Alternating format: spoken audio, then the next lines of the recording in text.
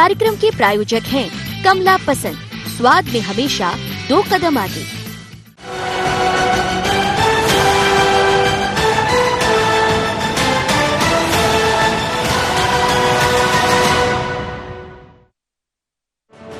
मध्य प्रदेश की 28 विधानसभा सीटों पर होने वाला उपचुनाव कई मायनों में अहम है। सरकार का भाग्य भी यही उपचुनाव तय करेगा। जैसे जैसे वोटिंग की तारीख नजदीक आ रही है, वैसे ही चुनावी रंग सियासी रैलियों में चढ़ रहा है। नेताओं में सुर्खियों में बनने का भूत ऐसा सवार है कि जिसके लिए वो सभी भाषाई मर्यादाएं तोड़ने से भी पीछे नहीं है। कोई किसी को काल ने भी राक्षस बता रहा है, तो कोई विपक्षी प्रत्याशी को मंच से ही धमका रहा है। से निकल रहे हैं और जमीन में गाड़ने वाले लोग हम हैं। मध्य प्रदेश की सियासत इससे पहले कभी ऐसी नहीं रही। पक्ष हो या विपक्ष, भाषाई मर्यादा और सम्मान एक दूसरे का हमेशा होता रहा, लेकिन इस बार अधर्म सरकार गिर जाने से सूबे की राजनीति भी निम्न स्तर पर आ गई है। कई नेता अपने आकाओं के सामने अपने नंबर बढ़ाने के लिए भाषाई मर्यादा भूल गए। पहले तो छोटे नेताओं और प्रत्याशियों तक ऐसे बयान सीमित थे, लेकिन अब ये दायरा तोड़ चुके हैं। खुले मंच से मुख्यमंत्री के लिए ऐसी टिप्पणी की जाती है जिससे मध्य प्रदेश के हर नागरिक का सिर शर्म से झुक जाए। कमलनाथ जी हिंदुस्तान के दूसरे नंबर के उद्योगपति हैं। शिवराज सिंह चौहान की तरह नंगे भूखे घर के नहीं। राजनीति में शुचिता की बात तो बहुत होती है, लेकिन नजर कम ही आती है। दिनेश गुर्जर के इस बयान पर मुख्यमंत्री शिवराज सिंह चौहान ने पलटवार किया और कांग्रेस द्वारा शुरू की गई उद्योगपति बनाम गरीब की लड़ाई पर करारा हमला भी बोला। आज एक और नया बयान आ गया कांग्रेस का, कहले कमलनाथ तो उद्योगपति हैं हिंदुस्तान के नंबर 2 के, और शिवराज सिंह तो नंगे भूखे हैं। अरे हम नंगे भूखे हैं इसलिए अपने गरीबों की सेवा में लगे रहते हैं, दिनों रात उनका दर्द जानते हैं, उनकी तकलीफ जानते हैं। तुम क्या गरीब का दर्द जानो, हमें नंगे भूखे ही रहने दो। अरे हम नंगे भूखे हैं इसलिए शहरी बहनों के खाते में 1000 रुपया महीना डलवाते हैं। हम नंगे भूखे हैं इसलिए चाहे किसी जाति और समाज के बच्चे हो, उनकी फीस मामा भरवाता है ताकि पढ़ के वो आगे बढ़ जाए। वाह उद्योगपति, तेरा उद्योग तुझे मुबारक। लेकिन हम नंगे भूखे हैं इसलिए किसानों को 0% ब्याज में कर्जा देते हैं। राजनीति का मकसद जनसेवा बताने वाले राजनेता अब सत्ता के लिए कुछ भी करने को तैयार हैं, लेकिन राजनीतिक दलों को एक बार फिर इस पर गंभीरता से विचार करना चाहिए कि जिन राजनेताओं को जनता अपना आदर्श मानती है, अगर उनकी ऐसी भाषा और आचरण होगा तो वो कैसे सियासत में शुचिता ला पाएंगे। Bureau report, IND 24।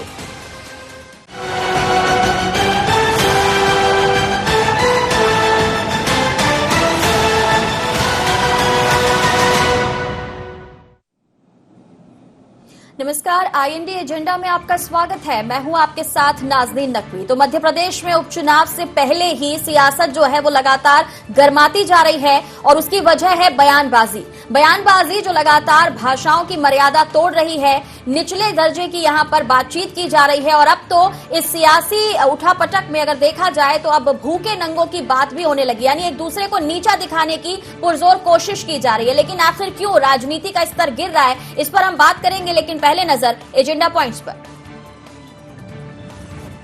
क्यों माननीयों की टूटती जा रही भाषा की मर्यादा? क्या विवादित बयान सुर्खियों में बने रहने का फंडा? राजनीति में गरीबी का मजाक क्यों? और क्या विवादित बयानों से गुम हो रहे जनता के मुद्दे, जी हां, जिन पर बात होनी चाहिए, जिन्हें सामने रखकर चुनाव लड़ा जाना चाहिए, वो नहीं दिखाई दे रहे हैं। लेकिन दिखाई दे रहा है एक दूसरे पर आरोप प्रत्यारोप, दिखाई दे रहा है एक दूसरे की कमियां गिनाना और साथ ही साथ एक दूसरे को नीचा दिखाने की भी अब राजनीति यहां पर मध्य प्रदेश में दिखाई दे रही है। सवाल ये है कि इनके दम पर चुनाव जीता जाएगा? क्या ऐसे जनप्रतिनिधियों को जनता पसंद करेगी, या फिर वाकई सियासत में ये फंडे अपनाए जा रहे हैं ताकि सुर्खियां बटोरी जा सके, हेडलाइन में बना रहा जा सके? इस पर बात करने के लिए हमारे साथ खास मेहमान जुड़ गए, उनसे परिचय करा देते हैं। हमारे साथ सुमित ओरछा जी जुड़ेंगे, मीडिया पैनलिस्ट हैं, बीजेपी का पक्ष रखेंगे। हमारे साथ अवनीश बुंदेला जी हैं, हमारे साथ संदीप पौराणिक जी हैं। सभी का बहुत स्वागत है। और सवाल सबसे पहले आपसे पूछना चाहूंगी बुंदेला साहब कि आखिर शुचिता की बात की जाती है राजनीति में, ये कैसी शुचिता है? देखिए, आज आप ही के चैनल पर मैंने 2 लोगों के बयान देखे, लेकिन चर्चा जो हो रही है वो ज्यादा जो हो रही दिनेश गुर्जर जी के बयान के ऊपर। अपन मोहन यादव जी के बयान के बारे में समीक्षा कर सकते हैं, जो एक दलित को खुले मन से जमीन में गाड़ने देखिए, अब बुंदेला साहब अगर चर्चा नहीं करनी होती तो शायद हमने अपनी रिपोर्ट में उनको जगह नहीं दी होती। अगर चर्चा नहीं करनी होती तो फिर हम उनको दिखाते ही नहीं। तो ऐसा नहीं है कि ज्यादा कम, हम बराबर से चर्चा करेंगे और इसीलिए सुमित जी को भी इनवाइट किया है ताकि उनसे पूछेंगे कि मोहन जी क्यों ऐसा बोल रहे हैं। मैं आपकी अपनी बात बोल दूं नाज़रीन, फिर आप बोलिएगा। बाकी जो दिनेश गुर्जर जी ने जो बयान दिया है, देखिए वो सबसे बड़ी बात आप देखिए, इस प्रदेश में इसी कोरोना संक्रमण काल में आटा चोरी हो जाता है। आटा चोरी कौन करता है? और ये वही शिवराज सिंह चौहान जी हैं जो अपने आप को किसान का बेटा, गरीब का बेटा बताते हैं कि मेरे पास तो सिर्फ 5 बीघा जमीन है, और फिर इनकी 1 एकड़ जमीन में करोड़ों का लहसुन और करोड़ों का अनार भी पैदा हो जाता है। ये अपने आप को गरीब का बेटा बताते तो हैं, लेकिन इनका बेटा करोड़ों के फूल बेच देता है फ्लोरल शॉप से। ये किस तरह की गरीब है बता रही। और सबसे बड़ी जो भूखा नंगा जो शब्द है, आप ये देखिए, इस देश का प्रधानमंत्री कहता है कि मेरी माँ घरों में बर्तन मांजती थी, तब गरीबी का मजाक नहीं उड़ा। इस देश का प्रधानमंत्री कहता है कि मेरा क्या, मैं तो झोला उठा के चल दूंगा। इस देश का प्रधानमंत्री कहता है कि मैं तो भीख मांग के भी खा लूंगा, क्या तब गरीबी का मजाक नहीं उड़ा? देखिए, मैं वही बात बताना चाह रहा हूं, आप उस वीडियो को पूरा सुनिए। उन्होंने ये कहा है दिनेश गुर्जर जी ने कि शिवराज सिंह चौहान जी अपने आप को भूखे नंगे परिवार का बताते हैं, और उसके बाद शिवराज सिंह चौहान जी ने जो ये साम्राज्य खड़ा किया है करोड़ों का, अरबों का, 1000 करोड़ों का, वो कहां से आया? तो वो बकायदा उन्होंने कहा कि कमलनाथ जी का परिवार जो है वो आज से नहीं, आजादी के पहले से वो व्यापारी रहे। और राजनीति में अगर कोई नेता अगर पूर्व से या उसके परिवार के लोग व्यापार करते हैं तो इसमें कोई गुनाह नहीं है। मैं भी व्यापार करता हूं, मेरे मित्र सुमित ओछा जी भी व्यापार करते हैं, हम छोटा मोटा व्यापार करते हैं, लेकिन भाजपा में से कई बड़े बड़े नेता हैं। लेकिन आप व्यापार करते हैं या कमलनाथ जी व्यापार करते हैं और कोई दूसरा ऐसे परिवार से आता है जहां व्यापार वर्ग से वो संबंध नहीं रखता, उसका ताल्लुक नहीं है, और अब वो राजनीति में है, तो ये कहना जो कहा गया, आपको लगता है कि वो ठीक है? नाजिन जी, मैं फिर से कह रहा हूँ, आपने पूरा वीडियो नहीं देखा, आप पूरा वीडियो देखिए। उन्होंने ये कहा कि ये वही शिवराज सिंह चौहान जी हैं जो अपने आप को भूखे नंगे गरीब परिवार का बताते हैं, लेकिन इनके पास करोड़ों अरबों की संपत्ति है। चलिए ठीक है, आप बार बार ये कह रहे हैं कि हमने नहीं देखा, लेकिन हमने मोहन जी को भी देखा और हमने गुर्जर जी को भी देखा, और इसीलिए इस चर्चा को यहाँ पर हम कर रहे हैं। चलिए लौटते हैं। अब आप बार बार कह रहे हैं तो सुमित जी ने तो पूरा देखा होगा। सुमित जी क्या कहना चाहेंगे? यह जो बयान आया है राजदीप जी, यह किसी एक नेता का बयान नहीं है। यह कांग्रेस की गरीबों के प्रति सदैव से जो सोच रही है, जो उनका दृष्टिकोण रहा है, जो हेयता का भाव रहा है, जो घृणा का भाव रहा है, वह परिलक्षित हुआ है। आजादी के बाद का इतिहास देखेंगे, गरीब घरों से निकले हुए लोग देश में राजनीति के फलक पर स्थापित ना हो जाएं, इसके लिए कांग्रेस ने पुरजोर कोशिश की है। मैं तो बड़ी विनम्रता से कांग्रेस के प्रवक्ता से ही नहीं, पूरी कांग्रेस से भी पूछना चाहता कि कोई 2-4 राजनेताओं के नाम बताएं जो कांग्रेस के अध्यक्ष बने हो, मुख्यमंत्री बने हो, प्रधानमंत्री बने हो, जो गरीब परिवारों से निकल करके आए हो। जो भी देश में निकल करके आए वो अन्य दलों से, अन्य विचारधाराओं से या भारतीय जनता पार्टी और जनसंघ से निकल करके आए। इस देश में कांग्रेस ने कभी गरीब के बेटों को किसी भी क्षेत्र में, गरीब में, राजनीति में हो या अन्य क्षेत्रों में पनपने नहीं दिया। यह कांग्रेस की घृणा का भाव सदैव से गरीबों के प्रति रहा है। खटकते हैं उन्हें मुख्यमंत्री जी, क्योंकि ये गरीब घर से निकले हैं, गरीब परिवार से निकले हैं। मेरे मित्र कह रहे थे अब ऐसी सोच का क्या कहा जाए। जो सोच ये कह रही है कि जब देश का प्रधानमंत्री कहते हैं कि हमारी माँ बर्तन मांजती थी तो देश का गरीबी का मजाक उड़ता है। अरे मेरे मित्र, देश की गरीबी तब गौरवान्वित होती है कि इस देश के लोकतंत्र में वो ताकत है। ठीक है, आप इस बात पे तो आप गौरव महसूस कर रहे हैं, आप कह रहे हैं कि इस बात पे गौरवान्वित होना चाहिए, लेकिन जब आप ही के उच्च शिक्षा मंत्री मोहन यादव ये कहते हैं कि हम बीजेपी से हैं, गड़वा देंगे, उसके बारे में आप क्या कहना चाहेंगे? उनके बयान पे भी आप सुमित जी गर्व महसूस करते हैं? देखिए नाजनीन जी, राजनीति में मुहावरों का प्रयोग करना और किसी को भूखा नंगा कह देना, ये दोनों बहुत अलग बात है। किसी को राजनीति में वजूद को लेकर के, किसी को हराने जिताने को लेकर के अनेक अनेक प्रकार के मुहावरे प्रयोग किए जाते हैं और किए जाते रहेंगे। कई बार लोग अपने, अब जब दिग्विजय सिंह जी ने टंचमान कहा था तो इन मुहावरों की प्रासंगिकता को यही कांग्रेस बता रही थी, हम नहीं बता रहे थे, कांग्रेस बता रही थी कि ये तो टंचमान जो है मुहावरा है। तो आप बता रहे हैं राजनीति में मुहावरों का प्रयोग किया जाता है। चलिए ठीक है, मुहावरे के क्या करना कि सामने वाले को हम परास्त कर देंगे, चूंकि राजनीतिक प्रतिद्वंदी है तो इस तरह के बयान का अर्थ केवल मुहावरे के संदर्भ में लेना चाहिए। चलिए ये अच्छा है। वैसे संदीप जी आप कैसे देखते हैं? अपनी बारी आई तो मुहावरों में बात कर दी जा रही है, लेकिन वही अगर दूसरा कोई कह रहा है तो उसे आड़े हाथों लिया जा रहा है। लेकिन यहाँ पर हम बात कर रहे हैं राजनीति की शुचिता की, जिसकी दुहाई कांग्रेस हो या बीजेपी दोनों ही देते हैं। देखिए नानीज जी, बड़ी सीधी सी बात है, अगर हम देखते हैं तो बीते कुछ सालों के चुनाव में या कुछ सालों में राजनीति की बयानबाजी या शब्दावली के स्तर लगातार गिरता गया है। जैसा आपने कहा कि एक दल का जब नेता कहता है, उनके पक्ष का कहता है, तो वो मुहावरे की बात कह देते हैं। सीधी सी बात है, कौन कहेगा कि मेरा सिक्का खोटा है? ये साहस आखिर किसमें है कि जो ये स्वीकार ले और कह सके कि मेरे कार्यकर्ता ने, मेरे व्यक्ति ने गलती की है। आप पिछले लोकसभा चुनाव में जाइए, जब भोपाल की सांसद प्रज्ञा ठाकुर के बयान को लेके महात्मा गांधी से जोड़ के जो कहा गया था, उसको लेके बड़ा विवाद हुआ था। प्रधानमंत्री जी ने भी नाराजगी जताई थी। सवाल यह है कि राजनेताओं को या ऐसे जो बयान देते हैं, इन लोगों को राजनीतिक दल ही प्रोत्साहित करते हैं। मेरा अपना मानना है। उसकी वजह भी है, क्या कभी किसी राजनीतिक दल ने इस तरह के बयान देने वाले राजनेता पर या कार्यकर्ता पर कोई कार्रवाई की?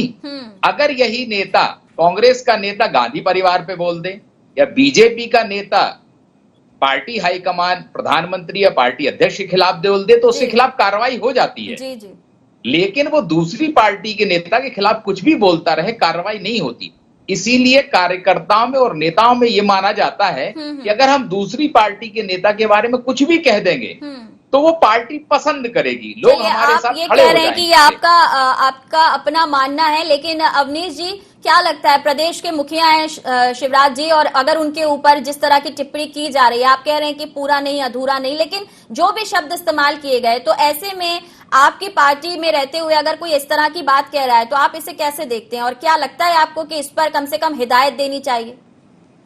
लेकिन राजीव जी, मैं इस बात को एक मुहावरे में ही कहना चाहूंगा, जो मुहावरों की बात चल रही है कि सिर्फ हंगामा खड़ा करना मेरा मकसद नहीं है। मेरा मकसद है कि सूरज बदलनी चाहिए। हो गई है पीर पर्वत सी, अब इस हिमालय से कोई गंगा निकलनी चाहिए। ये किसने कहा? ये किसान नेता ने कहा। ये खुद जो दिनेश गुर्जर जी, किसान, जो किसानों का दर्द समझते, जो पिछले 10-12 साल से निरंतर किसानों की आवाज को बुलंद कर रहे हैं, वो इस प्रदेश में जहां पर किसानों की आत्महत्या में प्रदेश नंबर 1, ये उस प्रदेश में जहां वर्तमान में सिर्फ 1200 रुपए प्रति क्विंटल धान का उनको रेट दिया जाए, कि पिछली साल 2500-2600 रुपए प्रति क्विंटल उनको मिलता था। तो उन्होंने देखिए एक बात कही है कि शिवराज जी खुद कहते हैं कि मैं तो गरीब परिवार का हूं।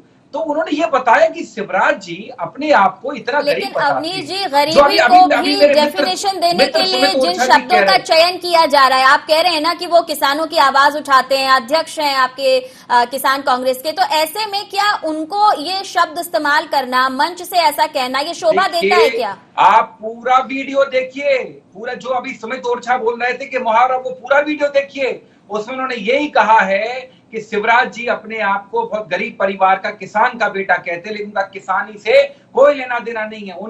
उनके खेत में करोड़ों की फसल, 1 एकड़ में करोड़ों का लहसुन हो जाता है, 1 एकड़ में करोड़ों के अनार पैदा हो जाते हो, कहते हैं मैं गरीब परिवार का किसान। चलिए हम दोनों से इस ब्रेक के बाद वो मुहावरे पूरे सुनने चाहेंगे कि नंगे भूखे को लेकर कौन सा मुहावरा है। मैं लौटूंगी अवनीश जी और आपसे समझना चाहूंगी कि वो मुहावरा क्या, आप कंप्लीट कीजिएगा। फिलहाल मुझे ब्रेक के लिए रुकना है, जल्द लौटेंगे।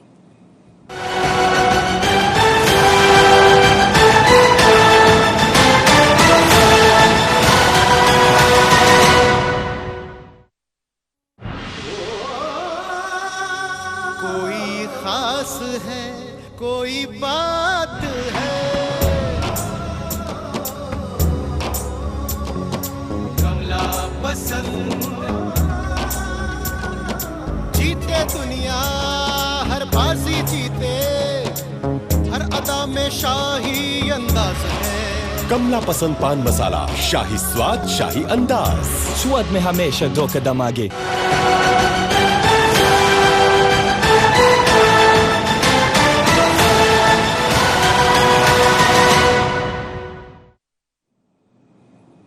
ब्रेक के बाद एक बार फिर से स्वागत है। चर्चा को आगे बढ़ाएंगे। सभी मेहमान हमारे साथ बने हुए हैं। अवनीश जी, आप जो कुछ कह रहे थे उसे कंप्लीट कीजिए। वही कहना चाह रहा हूँ कि कृपया करके वीडियो को पूरा देखा जाए। अगर हम देखिए, यही आज की जो इलेक्ट्रॉनिक क्रांति की जो एक कहते हैं अच्छाई है, तो बुराई भी यही है कि उसको हम कहीं से भी एडिट करके दिखा सकते हैं। कुछ दिन पहले शिवराज जी का एक वीडियो एडिट करके चल गया था, कई लोगों पर FIR दर्ज हुई थी। आज फिर वही स्थिति हो रही है कि दिनेश गुर्जर जी ने बकायदा, आप शुरुआत से सुनिए, उन्होंने पूरी भूमिका के साथ कहा कि शिवराज सिंह चौहान जी अपने आप को गरीब परिवार का बोलते हैं, भूखे नंगे परिवार का बोलते हैं। ये भूखे नंगे परिवार, हमने सिर्फ भूखा नंगा पकड़ लिया और उसको हम ये मानना कि देखिए अच्छा, सबसे बड़ी बात ठीक है। आपके जो प्रत्याशी हैं रामसिया भारती, उन्होंने लोधी जी को कालनेमी राक्षस कहा था। इसके पीछे भी कोई मुहावरा होगा और ये भी कुछ आप कहना चाहेंगे कि उन्होंने कुछ समझाने के लिए कह दिया होगा? देखिए जहां तक मैं संतों की बात करूं तो इस देश में संतों के बयान बहुत सारे हैं। फिर आपको कई साध्वियों के बयान, आपको चाहे वो साध्वी प्रज्ञा ठाकुर हो, साध्वी ज्योति हो, कई सारे संत इस देश में जिनके बयान आते हैं। और ये जो रामसिया भारती है, मुझे ऐसा लगता है कि उन्होंने ये बयान मैंने नहीं सुना किस परिप्रेक्ष्य में दिया, कैसे, मुझे इस चीज की जानकारी नहीं है। ठीक है, अगर हम संतों के बयान की बात करें फिर बड़ी समस्या होगी कि फिर तो इतने सारे बयान, भाजपा में इतने सारे संत हैं कि आप उन बयानों के बारे में चर्चा करते करते नाजिन जी पूरा 24 घंटे कम पड़ जाएंगे। नहीं, देखिए, अगर आप ये कहेंगे कि संत हैं और इसलिए उनके बयानों पे चर्चा करते करते ये डिबेट खत्म हो जाएगी, तो जब प्रज्ञा ठाकुर जी ने भी कुछ कहा था तो अपन ने उस पर भी बात की थी, क्योंकि सिर्फ संत नहीं है ना, अब राजनीति में जब शामिल हो गए, जब आपकी तरफ से वो प्रत्याशी हैं, जब वो जनता के लिए आदर्श बन रहे हैं, संत रहते हुए तो आदर्श नहीं, लेकिन साथ ही उनको जिम्मेदारी, जनप्रतिनिधि बनाने का जो आप जिम्मा दे रहे हैं, उसके बाद आपको नहीं लगता कि आपकी पार्टी से भी वो छवि जुड़ जाती है? चलिए संदीप जी, ये कहा जा रहा है कि संतों का अलग ऑरा है, वो अलग तरह से एग्जाम्पल देते हैं, लेकिन जब वो प्रत्याशी के रूप में हो, जब प्रतिनिधि के रूप में हो, जब सांसद के रूप में हो, तब कैसे देखा जाए उनके बयानों से, और क्या पार्टी को इससे कोई नुकसान नहीं होगा? देखिए नादिर जी, जब तक व्यक्ति संत के तौर पर रहता है तब उसकी बात सब सुनते हैं, सब स्वीकार करते हैं और उनकी अच्छी बुरी बातों पर भी बहुत गौर नहीं करते लोग। जी जी। लेकिन जब वो राजनीति का चोला पहन लेता है तो वो राजनेता हो जाता है, फिर वो संत नहीं रहता। ये कह देना कि वो गेरुआ वस्त्र पहन रहे हैं, पहले संत थे, तो वो कुछ भी कह लेंगे, ये नहीं है। लेकिन ये तय है कि संत भी अगर गलत बात बोलता है, किसी पर आक्षेप करता है, तो वो समाज में अच्छे तौर पर नहीं लिया जाता, क्योंकि वो राजनेता हो चुका होता है। ये तय है। जैसे दिनेश गुर्जर जी वाला बयान है, मेरा अपना मानना है और राजनीति में जो देखा है मैंने, मेरा अनुभव है कि एक बयान, एक शब्द कई बार पूरे चुनाव का रंग बदल देता है। आपको याद होगा गुजरात का चुनाव, जिसमें खून वाला सोनिया गांधी का एक बयान आया था, खून से रंगे हैं हाथ वाला, तो उसने बड़ी क्रांति की थी राजनीतिक तौर पर, और वो बयान आज भी चर्चाओं में। इसलिए राजनेताओं को कभी भी मुहावरों का या बयान बोलने से पहले इस बात का विश्लेषण तो करना चाहिए कि इसका संदेश समाज में जाएगा क्या। चलिए, बिल्कुल, और ये बात दोनों पर बल्कि सभी राजनीतिक दलों पर लागू होती है। सुमित जी, क्या कहना चाहेंगे? राजनीति आज का जो बयान है, देखिए, राजनीति में भारतीय जनता पार्टी सदैव शुचिता के लेकर के पक्षधर रही है।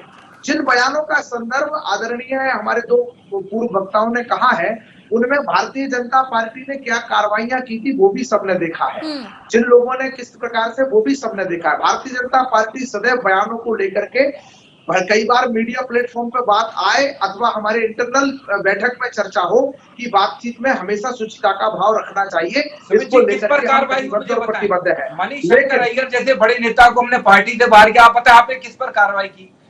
खुद नरेंद्र मोदी जी ने कहा कि मैं प्रज्ञा ठाकुर को कभी मन से माफ नहीं कर पाऊंगा। क्या कार्रवाई हुई मुझे बताएं? कोई कार्रवाई नहीं हुई। कृपया करके झूठ ना बोले, सच बोले, जनता देख रही है। नहीं, भी बता देंगे, मुझे बता नहीं, आप बताएं जिसके बयान पर भाजपा ने कार्रवाई की। ठीक है, बता देंगे। आपने सवाल पूछा ना, बताएंगे। सुमित जी, बता दीजिए।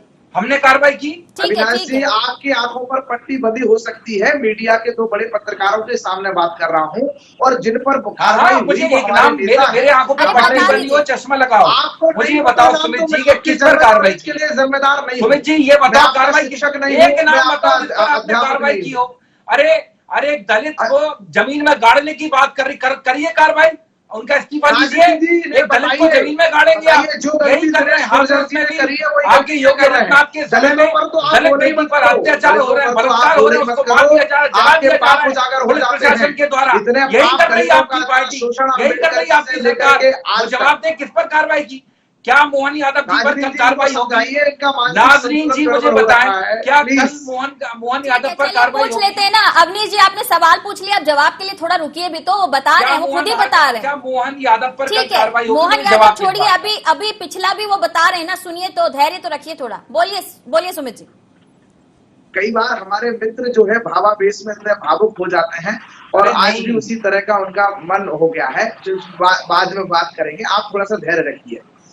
लेकिन कई बार लोगों के बयान इस तरह के होते हैं, उसके बारे में पार्टी स्पष्टीकरण भी लेती है, नोटिस भी देती है, बातचीत करती है, कई बार पनिश भी करती है, और जिसको करती है यह हमारे राजनीतिक प्रतिद्वंदी मित्रों को उनकी जानकारी होनी चाहिए। मैं किसी कार्यकर्ता का नाम लेकर के अब इस प्लेटफॉर्म पर बात न रखने का मुझे नहीं लगता है कि ये ठीक होगा, इसलिए मैं नहीं रख रहा हूँ। और इनके जनरल नॉलेज लेकिन जब आपकी पार्टी कार्रवाई करती है तो वो नजीर बननी चाहिए ना, कि आपके पार्टी के बाकी लोग इस तरह से बार-बार ना बोलें। का गरीब विरोधी नाजरीन जी, आज जो कांग्रेस का, आप इसको बयान ना समझिए, इसको कांग्रेस की सोच समझिए, और जो सोच आजादी के बाद से आज तक दिखाई देती है कांग्रेस के चरित्र में, सदैव गरीबों के प्रति उपेक्षा का भाव, दोयम दर्जे का भाव। एक मुख्यमंत्री का नाम बताए ना, ये जो गरीब परिवार में पैदा होकर के कांग्रेस ने जिसे मुख्यमंत्री बनाया हो, एक कांग्रेस के प्रवक्ता को, पूरी पार्टी को चुनौती देता हूं, दो नाम बता दो भैया देश में जो कांग्रेस के बड़े नेता बने हो और गरीब परिवारों में, सामान्य परिवारों में पैदा होकर के आए हो। भारत की राजनीति में जितने चेहरे आपको दिखाई देते हैं, आज एक बड़े नेता की जो है पुण्यतिथि भी है, आप सब देखेंगे वो सब सामान्य या तो अन्य विचारधाराओं से निकले, लेकिन कांग्रेस से उनका सदैव विद्रोह रहा। कांग्रेस ने उन्हें समाप्त करने की कोशिश की। माननीय शिवराज जी को लेकर के भी एक गरीब परिवार का, जिस मध्य प्रदेश में राजा रजवाड़ों से मुख्यमंत्री बनता था, उस परिवार में अविनाश जी स्वयं परिवार से आते हैं, उस परिवार में कोई गरीब कैसे मुख्यमंत्री, गरीब परिवार का लड़का कैसे मुख्यमंत्री बन गया? 15 साल से ज्यादा से समय से ये बात इनके दिमाग में खटक रही है। ये पूरे मध्य प्रदेश की जनता जनार्दन देख रही है कि गरीबों के प्रति, आम जनता के प्रति इन लोगों की सोच क्या है, वो सोच परिलक्षित हुई है। और 28 सीटों के चुनाव के प्रचार में जनता बताएगी कि पार्टियों को एक नया मुद्दा और मिल गया। हालांकि पहली मर्तबा नहीं है जब किसी को इस तरह से खींचा गया और राजनीति में, लेकिन अब चूंकि परिवार को और जिस तरह की टीका टिप्पणियां की जा रही हैं, इसके बाद क्या एक और नया मुद्दा इस उपचुनाव में मिल गया है? नाज़रीन जी, ये बड़ा मुद्दा बनेगा आने वाले समय, मुझे ऐसा लगता है, क्योंकि सीधे तौर पर प्रदेश के मुख्यमंत्री को भूखा नंगा कहने जैसी बात सामने आ रही है। जी। ये जनभावनाओं तक जाएगी, जनभावना को उद्वेलित भी कर सकती है बात। और भारतीय जनता पार्टी का जो नेटवर्क है या काम करने का तरीका है, वो बहुत नीचे तक है, और इस बात को वो बहुत जल्दी और बहुत तेजी से नीचे तक ले जाएंगे कि इस प्रदेश के मुखिया का किस तरह से एक कांग्रेस के नेता ने अपमान किया। वो इसे शिवराज जी का अपमान नहीं बताएंगे, ये उसे गरीब जनता का, गरीब वर्ग का अपमान बताएंगे, और चुनावी मुद्दा बनाने की इसे कोशिश होगी, इसे नकारा नहीं जा सकता। जी अवनीश जी क्या कहना चाहेंगे? आप बहुत मेहनत कर रहे हैं और सारी सीटें जीतने की बात कर रहे हैं, ऐसे में ये जैसा कि संदीप जी देख पा रहे हैं और कह रहे हैं वो कि शायद ये मुद्दा जो है वो बहुत ज्यादा गरमाएगा आने वाले वक्त में, तो इसकी गर्माहट कम की जा सके, इसके लिए कांग्रेस का, आपके जो शीर्ष नेतृत्व है उनका क्या प्रयास रहेगा?